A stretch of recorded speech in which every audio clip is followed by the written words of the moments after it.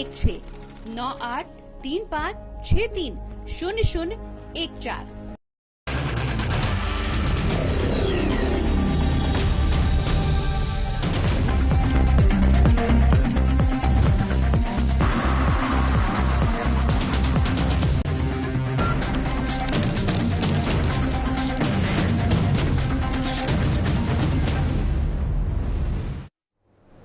नमस्कार, मैं हूं आपके साथ प्रगति चतुर्वेदी और आप देख रहे हैं मारो राजस्थान। तमाम बड़ी खबरों की शुरुआत करेंगे, लेकिन उससे पहले एक नजर इस वक्त की हेडलाइंस पर।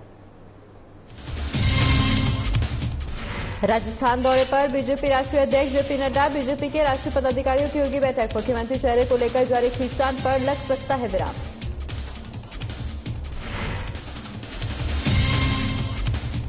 जयपुर में मीडिया से मुखातिब हुए मुख्यमंत्री अशोक गहलोत, प्रेस कॉन्फ्रेंस कर पूर्व सीएम को दी पुष्पांजलि। बढ़ती महंगाई को लेकर केंद्र पर साधा निशाना।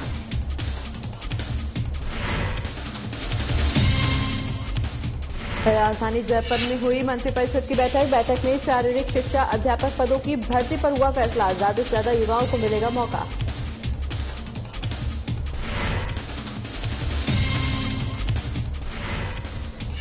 चूरू में पेयजल की आपूर्ति को लेकर प्रदर्शन। वार्डवासियों ने पार्षद के साथ मिलकर किया विरोध प्रदर्शन। जलदाय विभाग को सौंपा ज्ञापन।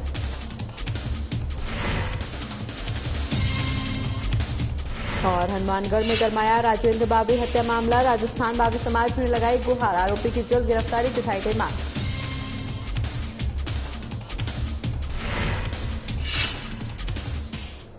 चलिए खबरों की शुरुआत करेंगे, जहां बीजेपी के राष्ट्रीय अध्यक्ष जेपी नड्डा आज राजस्थान दौरे पर हैं। बता दें कि जेपी नड्डा की अध्यक्षता में 19 से 21 मई तक बीजेपी के राष्ट्रीय पदाधिकारियों की एक बैठक होने जा रही है, जिसको लेकर ये माना जा रहा है कि विधानसभा चुनाव से पहले पार्टी के मुख्यमंत्री चेहरे को लेकर जो खींचतान चल रही थी, अब उस पर विराम लग सकता है। दरअसल पिछले एक महीने में दूसरी बार नड्डा राजस्थान पहुंच रहे हैं। हाल ही में गंगानगर और हनुमानगढ़ में नड्डा बीजेपी के कई कार्यक्रमों में शामिल हुए थे। जेपी नड्डा की अध्यक्षता में 19 मई से 21 मई तक बीजेपी के राष्ट्रीय पदाधिकारियों की एक बैठक भी होने जा रही है। इधर बैठक से पहले वसुंधरा विरोधी खेमा भी सक्रिय हो चला है। राज्य को नड्डा के सामने घेरने की रणनीति भी तैयार की जा चुकी है। बता दें कि वसुंधरा राज्य के विरोधी कहे जाने वाले प्रदेश अध्यक्ष सतीश पूनिया ने जेपी नड्डा के स्वागत कार्यक्रम से वसुंधरा राज्य के समर्थकों और विधायकों को दूर कर दिया है, जिसके बाद कयास ये भी लगाए जा रहे हैं कि वसुंधरा समर्थक नड्डा के सामने शक्ति प्रदर्शन नहीं दिखा पाएंगे।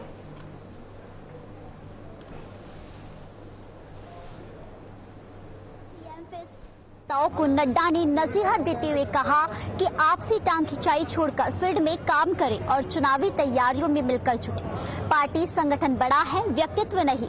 राजस्थान बीजेपी को प्रदेश के सभी 200 विधानसभा क्षेत्रों में जन जागरण यात्रा निकालने को भी कहा गया है। इसमें केंद्र की मोदी सरकार की योजनाओं का प्रचार किया जाएगा। आपको बता दें कि साथ ही इसे कांग्रेस सरकार के खिलाफ परिवर्तन यात्रा के तौर पर भी निकाला जाएगा। साधना प्लस के लिए जयपुर से पूजा जोशी।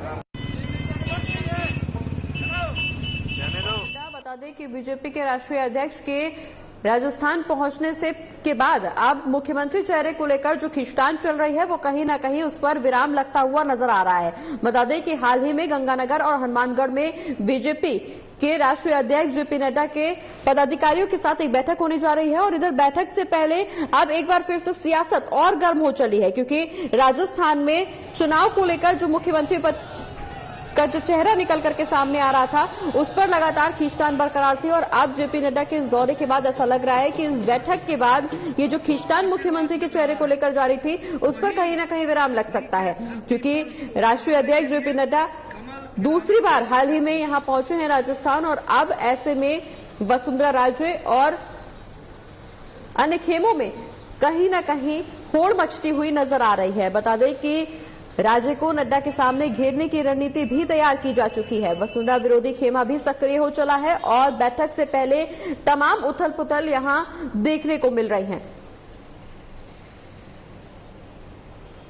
बता दें कि प्रदेश अध्यक्ष सतीश पूनिया ने जेपी नड्डा के स्वागत कार्यक्रम से वसुंधरा समर्थकों और विधायकों को भी दूर कर दिया है, जिसके बाद से ये माना जा रहा है कि वसुंधरा समर्थक नड्डा के सामने शक्ति प्रदर्शन नहीं दिखा पाएंगे। तो कहीं न कहीं सतीश पूनिया और वसुंधरा राजे के बीच यहां खींचतान जो देखने को मिल रही है, उसके बाद बीजेपी की अंतर्कलह अब जग जाहिर होती हुई नजर आ रही है। बता दें कि विधानसभा चुनाव होने हैं और इससे ठीक पहले मुख्यमंत्री चेहरे को लेकर जो खींचतान चल रही है वो नड्डा के यहां आने के बाद हालांकि उस पर विराम लग सकता है शायद।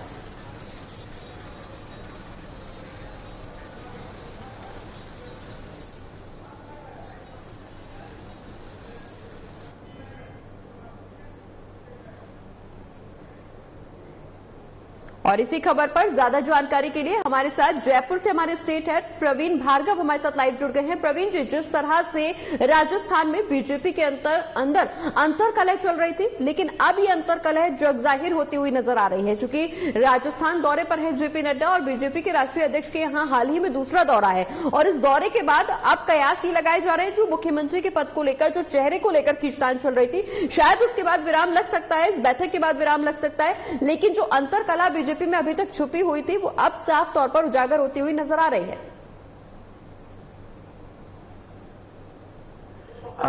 बिल्कुल, मैं आपको बता दूं प्रगति के जिस हिसाब से कांग्रेस का चिंतन शिविर जब शुरू हुआ था तो उसके बाद अब बीजेपी ने भी अपना मंथन करने का जो दौर है वो शुरू कर दिया है और उसी के चलते भाजपा के जो राष्ट्रीय अध्यक्ष हैं जेपी नड्डा आज जयपुर आए हुए हैं और जिस हिसाब से आपने कहा है प्रगति की भाजपा में जो गुटबाजी चल रही है उस गुटबाजी के बाद जो गुटबाजी थी, अब तक जो अंतरकलह थी वो अभी तक अंदर दबी हुई थी, लेकिन अब इस दौरे पर ऐसा लगने लगा है कि वो जो गुटबाजी है वो खुलकर सामने आ गई है। इसमें से आपको मैं साफ साफ बता दूं कि पूर्व जो मुख्यमंत्री वसुंधरा राजे थी उसके जितने भी गुट के लोग थे, जो पार्टी के लोग थे, वो अभी इस कहीं भी कार्यक्रम में कहीं भी समझ में सामने नजर नहीं आए हैं। और इसके अलावा मैं आपको बता दूं कि सतीश पूनिया और गजेंद्र सिंह शेखावत को लेकर जो चर्चाएं चल रही थी, तो अभी जो सीएम फेस को लेकर आपने जो बात कही है बिल्कुल सही है कि आज की जो राष्ट्रीय बैठक की गई है, राष्ट्रीय कार्यकारिणी और संगठन के लोगों की जो बैठक अभी चल रही है यहाँ पर, उस बैठक के बाद अब क्या निर्णय लिया जाएगा ये तो पार्टी के बाद ही किया जाएगा। मैं आपको एक बात और बता देता हूँ प्रगति की कल पीएम मोदी वर्चुअल मीटिंग लेने वाले हैं सभी पदाधिकारियों की और उसके बाद यहाँ क्या निर्णय होगा पदाधिकारियों के बाद ये तो अब आने वाला टाइम ही बताएगा। लेकिन खुलकर बात मैं आपको बता दूं कि जिस प्रकार से कांग्रेस ने चिंतन शिविर करके जब अपनी चिंताएं जाहिर की और पब्लिकली जब सामने आई, तो भाजपा भी कहीं न कहीं अब अपनी चिंताओं को लेकर आज मंथन करने के लिए यहाँ पर सभी लोग एकजुट होते हुए आज नजर आए हैं।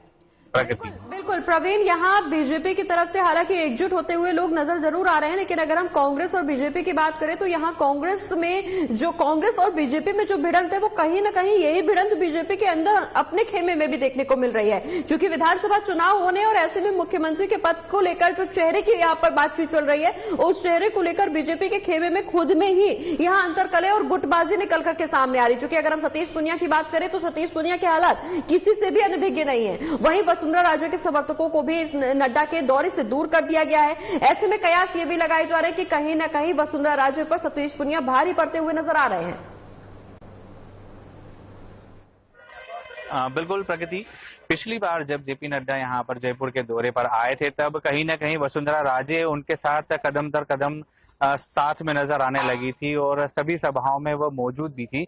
लेकिन आज जिस प्रकार से और यहाँ जयपुर में जेपी नड्डा जब आए हैं तो वसुंधरा राजे कहीं दूर दूर तक नजर नहीं आई है और पूरे ही इस दौरे के कार्यक्रम में सतीश पूनिया की जो सतर्कता कह सकते हैं वो बहुत अच्छे से नजर आ रही है और कहीं न कहीं सीएम फेस को लेकर गजेंद्र सिंह शेखावत और सतीश पूनिया एक ऐसे दो चेहरे हैं पार्टी में जो कहीं कद्दावर नेता में भी माने जाते हैं और सतीश पूनिया हर वक्त एक्टिव नजर आए हैं प्रदेश की राजनीति में।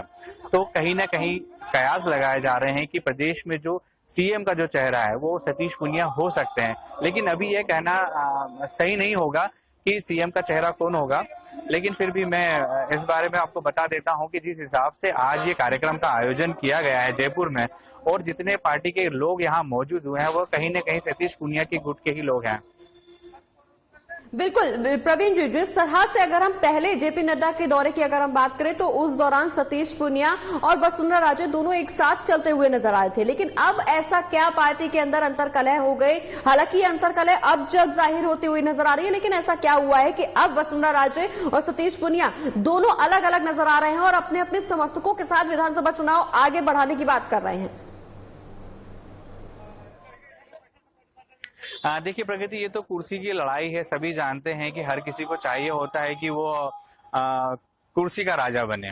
अब जिस प्रकार से आगामी विधानसभा चुनाव होने जा रहे हैं यहाँ पर, और राजस्थान के चुनाव की परिपाटी है कि यहाँ पर एक बार कांग्रेस और एक बार बीजेपी राज करती है, तो अब जो राजा यहाँ का बनने वाला है, जो सीएम फेस होने वाला है, तो वसुंधरा राजे चाहती थी कि मैं भी सीएम फेस हूं, लेकिन पार्टी की अभी तक निर्णय न होने की वजह से ये अंदाजा जो है लगाया जा सकता है कि सतीश पूनिया होंगे, गजेंद्र सिंह शेखावत होंगे या वसुंधरा राजे सिंधिया होंगी। प्रवीण, जिस तरह के मिथक की आपने बात की है कि एक बार कांग्रेस और एक बार बीजेपी की सरकार राजस्थान में देखने को मिली है, ठीक इसी तरह से यही मिथक उत्तराखंड में भी देखने को मिला था, क्योंकि उत्तराखंड में बीजेपी ने यह मिथक तोड़ दिया और दूसरी बार सरकार बनाई है। क्या इस बार यहां पर बीजेपी की दावेदारी निकल करके सामने आ सकती है? क्योंकि अभी फिलहाल जो सरकार चल रही है और जिस तरह से मौजूदा हालात बीजेपी में बन रहे हैं और राज्य के साथ साथ केंद्र में जो स्थिति बीजेपी की है, कहीं ना कहीं बीजेपी की फैन फॉलोइंग बिल्कुल बढ़ी हुई है। और यह भी कहा जाता है कि चुनाव सिर्फ और सिर्फ प्रधानमंत्री नरेंद्र मोदी के चेहरे पर लड़े जाते हैं। तो क्या इस बार आने वाले चुनाव में प्रधानमंत्री नरेंद्र मोदी के चेहरे पर चुनाव लड़ा जाएगा और क्या प्रधानमंत्री नरेंद्र मोदी के चेहरे को ध्यान में रखते हुए बीजेपी एक बार फिर से विजय हासिल कर पाएगी?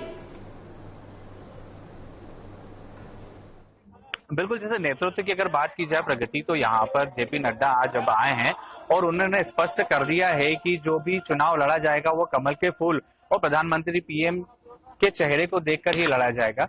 पार्टी को कार्यकर्ता बनकर काम करना है, जितने भी लोग हैं वो लोग पोस्टमैन बनकर काम करें। सभी लोगों ने एकजुट होकर काम करने की बात कही है जेपी नड्डा ने।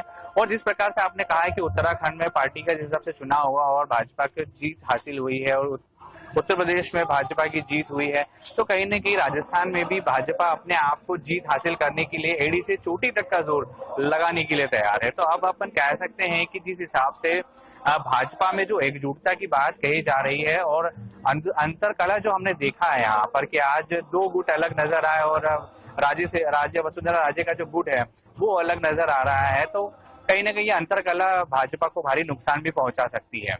प्रगति बिल्कुल प्रवीण, अंतर कला हालांकि बीजेपी को नुकसान जरूर पहुंचा सकती है, लेकिन बीजेपी की तरफ से बयान लगातार यही सामने आ रहे हैं कि दो गुट जरूर हो सकते हैं, मतभेद जरूर हो सकते हैं, लेकिन मनभेद बीजेपी के किसी भी कार्यकर्ता में नहीं है। चूंकि जेपी नड्डा का यहाँ दौरा है और इस दौरे से कई लोगों को काफी कुछ उम्मीदें भी हैं। इस बीच राष्ट्रीय अध्यक्षों की बैठक भी होनी है, राष्ट्रीय अधिकारियों की बैठक भी होनी है, कई लोग इस बैठक में शामिल हो सकते हैं। क्या इस बैठक के बाद मुख्यमंत्री के चेहरे को लेकर जो खींचतान राजस्थान में देखने को मिल रही है बीजेपी की तरफ से, उस पर विराम लग सकता है? बिल्कुल प्रगति, जैसा कि आपने कहा है कि सीएम फेस को लेकर जो विराम लगने की बात है, ये तो कल की जो वर्चुअल मीटिंग है पीएम के साथ में, उसके बाद ही साफ हो जाएगी स्थिति की सीएम का फेस एक्चुअल में कौन होगा। लेकिन जिस हिसाब से अंतर कला की बात है, तो आज जो विचारों का मंथन होने वाला है पार्टी में और अभी ये जो अंदर मीटिंग चल रही है, उससे अंदाजा लगाया जा सकता है कि कल कोई न कोई बड़ी खबर सामने आएगी भाजपा में। और सीएम का फेस कौन होगा ये तो अभी कहना संभव नहीं है, लेकिन फिर भी कल वर्चुअल मीटिंग के बाद ही पता चल पाएगा कि सीएम राजस्थान का कौन होगा। सीएम राजस्थान का कौन होगा ये कहना अभी बहुत शायद जल्दबाजी होगी प्रवीण, लेकिन जिस तरह से यहाँ पर विधानसभा चुनाव को लेकर बीजेपी की तरफ से तैयारियां की जा रही हैं, आगे आने वाले समय में स्थिति बहुत कुछ स्पष्ट हो सकती है। किन मुद्दों को लेकर बीजेपी अब एक बार फिर से जनता के बीच जाएगी? क्योंकि अगर हम और जगहों की बात करें, कई और राज्यों की बात करें, तो यहाँ बीजेपी को भारी मतों से जीत हासिल हुई है। यही एजेंडा राजस्थान में भी अपनाया जाएगा, जीत का मंत्र यही अपनाया जाएगा, या इस बार कोई अलग मंत्र जनता के बीच लेकर जाएगी बीजेपी? देखिए, जीत का मंत्र क्या होगा ये तो अभी नहीं बताया जा सकता है, लेकिन जिस हिसाब से यहाँ पर प्रदेश में कांग्रेस की सरकार मौजूदा बनी हुई है और यहाँ जो मुद्दे कांग्रेस सरकार ने बनाए हुए हैं भाजपा पर, जो पलटवार चलता आ रहा है, उस समय तो बिजली, पानी और सड़क की समस्याओं को लेकर ही हमेशा बात चली आ रही है। और जिस हिसाब से महंगाई की वृद्धि का जो मुद्दा बना हुआ है प्रदेश में ही कह लो या देश में कह लो, कि जिस हिसाब से महंगाई की मार आम जनता ने झेला है, वो उसमें कहीं ना कहीं हो सकता है कि इस बार राजस्थान में भाजपा को बड़ा नुकसान हो सकता है।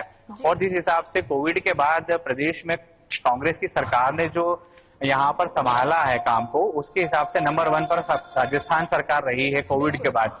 तो कहीं ना कहीं बड़े मुद्दे हैं ऐसे जहाँ पर जैसे बिजली, पानी और सड़क के जो मेन मुद्दे हैं, उनको लेकर भाजपा मैदान में जरूर आएगी। लेकिन महंगाई को लेकर कहीं न कहीं उन्हें भारी नुकसान जरूर हो सकता है।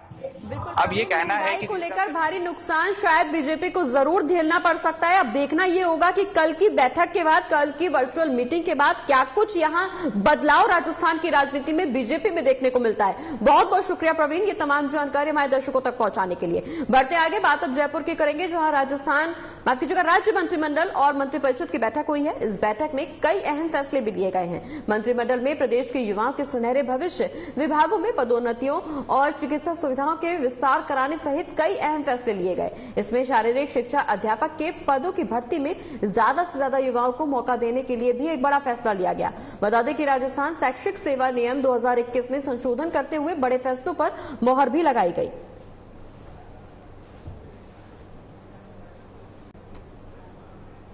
और अब बात दौसा की, जहां जिला स्तरीय जन सुनवाई कार्यक्रम में कृषि विपणन मंत्री और विधायक मुरारीलाल मीणा ने हिस्सा लिया है, जहां उन्होंने अधिकारियों को नसीहत दी है कि बेवजह के नियम कानून लगाकर जनता के कार्यों में रोड न अटकाएं। मीणा ने यह भी कहा कि जहां तक यातायात व्यवस्था का सवाल है, पुलिसकर्मी यातायात व्यवस्था को संभालने की अपेक्षा चालान काटने में विशेष ध्यान रखते हैं। इसमें जहां जनता को आर्थिक हानि तो होती ही है, वहीं पुलिस अपने मूल कार्य यानी कि यातायात व्यवस्था को व्यवस्थित करना भूल जाते हैं। साथ ही माल ढोने का कार्य करने वाले छोटे वाहनों को बेवजह परेशान किया जाता है, इसमें सुधार होना चाहिए। मंत्री मीणा ने यहां पर यह भी कहा है कि खनिज, वन और परिवहन विभाग में भी कानूनी अड़ंगे लगाकर आम जनता के कार्यों को बेवजह रोका जाता है। इससे भ्रष्टाचार भी बढ़ रहा है, गरीब जनता से अवैध वसूली के कार्यों को बल मिलता है। अधिकारियों को चाहिए कि आम जनता का बेवजह शोषण न हो, यह सुनिश्चित किया जाए। मंत्री मीणा ने अधिकारियों से कहा कि अगर कोई कर्मचारी बेवजह आम जनता के कार्यों में रोड़ा बन रहा है तो जल्द ही उसकी जांच कर संबंधित कर्मचारी के खिलाफ कार्रवाई की जाए। जो मीटिंग बुलाई गई है, आम जनता छोटे छोटे कामों के लिए परेशान है, इसलिए इन मीटिंगों का आयोजन किया जाता है। इसके साथ साथ में जिले की कानून व्यवस्था है, ट्रैफिक की व्यवस्था है, साथ साथ में क्योंकि दौसा जिला ऐसा है जहाँ पे ज्यादातर गरीब परिवार के लोग रहते हैं, खेतों में पानी सूख सा गया तो ट्रैक्टर वाले धंधा है, छोटे मोटे माइंस का काम ये माइंस करते रहते हैं, यहाँ से ट्रैफिक भी खूब गुजरता है। तो साथ साथ हमने इनको ये भी हिदायत दी है कि भाई कम से कम अपने मनों पर कंट्रोल रखो। और ये बेचारे ट्रैक्टर वाले हैं और डंपरों वाले हैं जो अपना धंधा करते हैं, इन पर रिपीट देके चलो। ट्रैफिक वाले ट्रैफिक व्यवस्था को थोड़ा दुरुस्त करो। ज्यादातर रसीद काटने में ज्यादा ध्यान रहता है और ट्रैफिक व्यवस्था सुधारने में कम ध्यान रहता है। इनका ज्यादातर अवैध वसूली में ज्यादा ध्यान रहता है, फॉरेस्ट वाले, माइनिंग वाले, और काम पे ध्यान कम रहता है। ऐसे आरटीओ वाले, उनका भी अवैध वसूली में ज्यादा ध्यान रहता है और बाकी का उसको व्यवस्थित रूप से कम ध्यान रहता है। इन सारी बातों पे हमने सारे जिला स्तर के अधिकारियों को हिदायत दी है, भैया इन सारी चीजों को बंद करो, भ्रष्टाचार कम करो, कलेक्शन कम करो और जनता के हित में काम करो। बढ़ते आगे, जहां खतौली कस्बे में श्री पंचमुखी हनुमान जी मंदिर परिसर में श्री हरिहर धाम ट्रस्ट द्वारा श्रीमद् भागवत कथा और पंचमुंडी महायज्ञ का आयोजन किया गया है, जिसमें स्थानीय संतों द्वारा मूर्ति स्थापना का साप्ताहिक कार्यक्रम भी चल रहा है, जिसमें आज मध्य प्रदेश से आए साधु महाराज का स्वागत कर लोगों ने दर्शन पूजन किए और कथा के दौरान भगवान को 56 भोग का प्रसाद भी लगाया गया। बता दें कि स्वच्छ समृद्ध समाज सेवा समिति के अध्यक्ष कपिल शर्मा ने इस दौरान बताया कि आज श्रीमद् भागवत कथा का 6वां दिन है। कल भागवत कथा का समापन होगा और श्रद्धालुओं को प्रसाद बांटा जाएगा। साथ ही यहाँ के श्री पंचमुखी हनुमान जी की मूर्ति और मंदिर ट्रस्ट को स्थापित करने वाले स्थानीय महामंडलेश्वर संत श्री रामानंद सरस्वती और उनके शिष्य परशुराम जी सुमन की मूर्ति स्थापना भी की जाएगी, जिसमें सुमन समाज और गोस्वामी समाज के द्वारा मूर्ति स्थापना की जाएगी।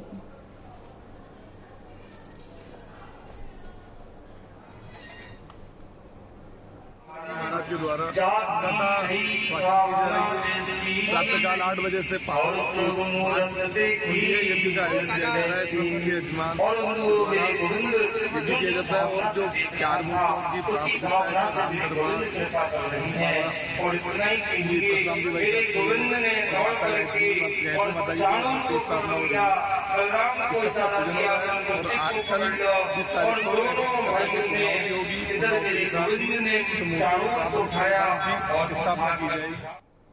और अगली खबर हनुमानगढ़ से, जहां विशेष योगजन आयोग के राज्य आयुक्त उमाशंकर शर्मा ने गुरुवार को जंक्शन स्थित सर्किट हाउस में जन सुनवाई की है। इस दौरान विशेष योग्यजनों की परिवेदनाओं को सुनकर उनका निस्तारण किया गया। जन सुनवाई के बाद सर्किट हाउस में ही विभिन्न विभागों के अधिकारियों के साथ बैठक की गई, जहां विशेष योग्यजनों की सरकारी कार्यालयों में प्राथमिकता से सुनवाई करने और उनकी परिवेदनाओं का जल्द निस्तारण करने के दिशा निर्देश भी दिए गए।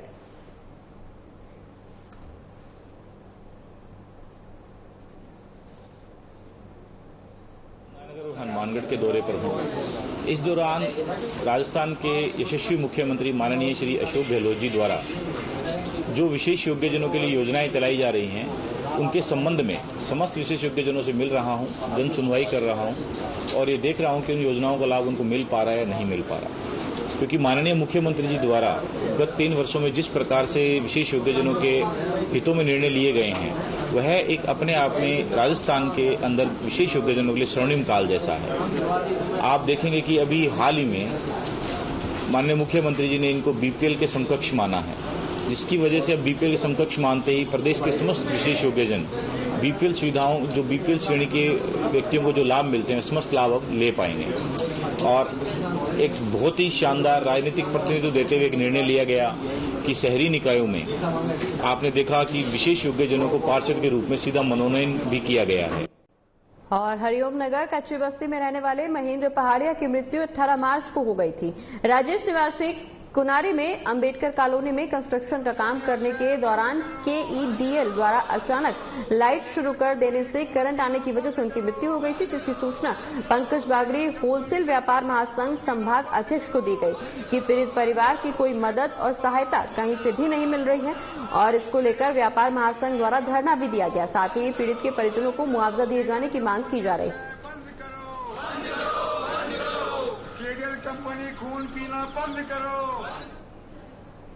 लोकतंत्र में जनता द्वारा जनप्रतिनिधि को चुना जाता है, जिससे कि जनता की आवश्यकताओं को, परिस्थितियों को सक्षम अधिकारी तक पहुंचाकर उचित व्यवस्थाएं जनता को मुहैया करवाई जा सके। लेकिन वही प्रतिनिधित्व को लेकर राजनेताओं में जब जंग छिड़ जाए तो जनता की सुध कौन लेगा। जी हां, बाड़मेर जिले के बालोतरा में मामला कुछ ऐसा ही नजर आ रहा है। नया बस स्टैंड चौराहे के पास से निजी चिकित्सालय की तरफ जा रही सड़क पर एक बड़ा सा गड्ढा है, जहां हर समय पानी भरा रहता है। वहां पास में सड़क के बीचों बीच पत्थरों का पहाड़ सा खड़ा हुआ है। इस सड़क की ये दुर्दशा पिछले लंबे समय से है और ऐसे में राहगीर परेशान हो रहे हैं।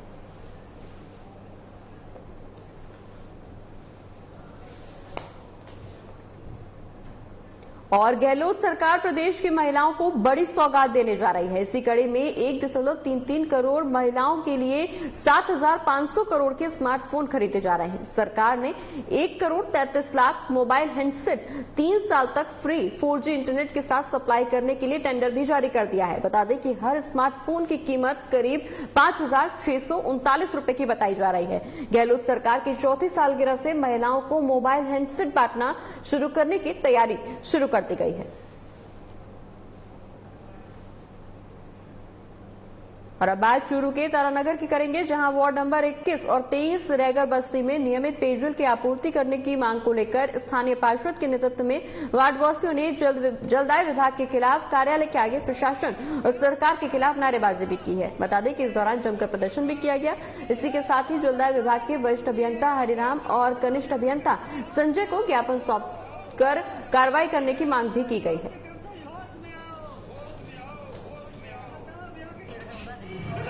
आज तारानगर के वार्ड नंबर 21 में 23 की रैगर बस्ती की पानी की समस्या को लेकर जलदाय विभाग के अधिकारियों से वार्ता की है। इन्होंने आश्वस्त किया है कि हम 1-2 दिन में व्यवस्था को सुधारेंगे। अगर जलदाय विभाग के कार्मिकों ने समय रहते वार्ड नंबर 21 में 23 की पानी की समस्या का समाधान नहीं किया तो मैं वार्डवासियों के साथ अनिश्चितकालीन धरने पर बैठूंगा। धन्यवाद। हनुमानगढ़ में शिक्षा विभाग की जिला निष्पादन समिति की बैठक हुई है। यह बैठक जिला कलेक्टर की अध्यक्षता में कलेक्ट्रेट सभागार में आयोजित की गई। बता दें कि जिला कलेक्टर ने नए सत्र में नामांकन में 30% की वृद्धि के लिए कार्य योजना पर चर्चा की। कार्य योजना के अनुसार जिले में 15 से 23 जून 2022 तक डोर टू डोर सर्वे करते हुए बच्चों को राजकीय विद्यालय में प्रवेश के लिए प्रोत्साहित किया जाएगा। वहीं सर्वे के दौरान शिक्षा विभाग की योजनाओं का प्रचार प्रसार भी किया जाएगा। बैठक में CDEO वीरेंद्र सिंह ने बताया है कि अभियान में सामुदायिक सहभागिता के लिए 30 मई को सभी राजकीय उच्च माध्यमिक विद्यालयों में एसडीएमसी की बैठक आयोजित की जाएगी, जिसमें जनप्रतिनिधि, भामाशाह और पूर्व विद्यार्थियों को शामिल करते हुए नामांकन वृद्धि पर चर्चा होगी। वहीं सभी का सहयोग लेते हुए अभियान को सफल बनाया जाएगा। इस बैठक में पीईओ अपने क्षेत्र के सभी वार्डों के लिए 2-2 सर्वेकर्ता भी नियुक्त करेंगे।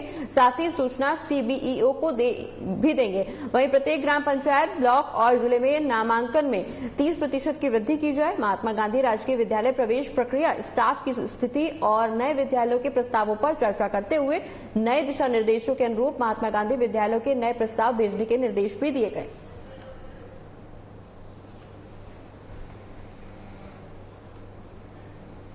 वहीं हनुमानगढ़ में जल संसाधन और इंदिरा गांधी नहर परियोजना मंत्री महेंद्रजीत सिंह मालवीय ने हनुमानगढ़ का दौरा किया है, जहां उन्होंने टिब्बी के मसीता वाली हेड पर इंदिरा गांधी नहर परियोजना में चल रहे रिलाइंग कार्यों का निरीक्षण किया। तेजी से चल रहे रिलाइंग कार्यों को देख जल संसाधन मंत्री ने संतुष्टि भी जताई है। मीडिया से मुखातिब होते हुए जल संसाधन मंत्री ने कहा है कि बहुत ही शानदार और ऐतिहासिक कार्य किए जा रहे हैं। करीब 60 साल के बाद रिलाइंग का कार्य हो रहा है, इससे लाखों किसानों को फायदा होगा। साथ ही उनके हक का पूरा पानी भी उन्हें मिल सकेगा। इसके लिए वो सीएम का धन्यवाद भी अदा करते हैं। हनुमानगढ़ में जो इंदिरा गांधी नहर के अंदर रीलाइनिंग हो रहा है और वो बहुत बरसों 60 साल के बाद हो रहा है। इस कार्य को हमने रात को देखा और अभी भी देखेंगे, लेकिन देखने के बाद बहुत खुशी हुई कि काम बहुत गुणवत्ता के साथ में हो रहा है और किसान जैसा चाहते हैं वैसा काम हो रहा है। और अभी और जो जगह जाना है हम और जाएंगे और इसके बाद हम पंजाब जाएंगे, जहां पे हमारी केनाल टूटी है। इसको जितना जल्दी ठीक करके 21 तारीख तक किसानों को पानी देना है। मोगू के लिए हम बहुत जल्दी चीफ इंजीनियर को अधिकार देंगे ताकि फाइल राज्य सरकार तक नहीं आवे। और जो पुरानी फाइल हमारे पास आई हुई है, मैं यहाँ जाते ही सबसे पहले उन मोगू के लिए जो ऑर्डर कर दूंगा मैं अपनी तरफ से, कोई दिक्कत नहीं रहेगी। और इसी के साथ इस बुलेटिन में फिलहाल इतना ही। मुझे दीजिए इजाजत। नमस्कार।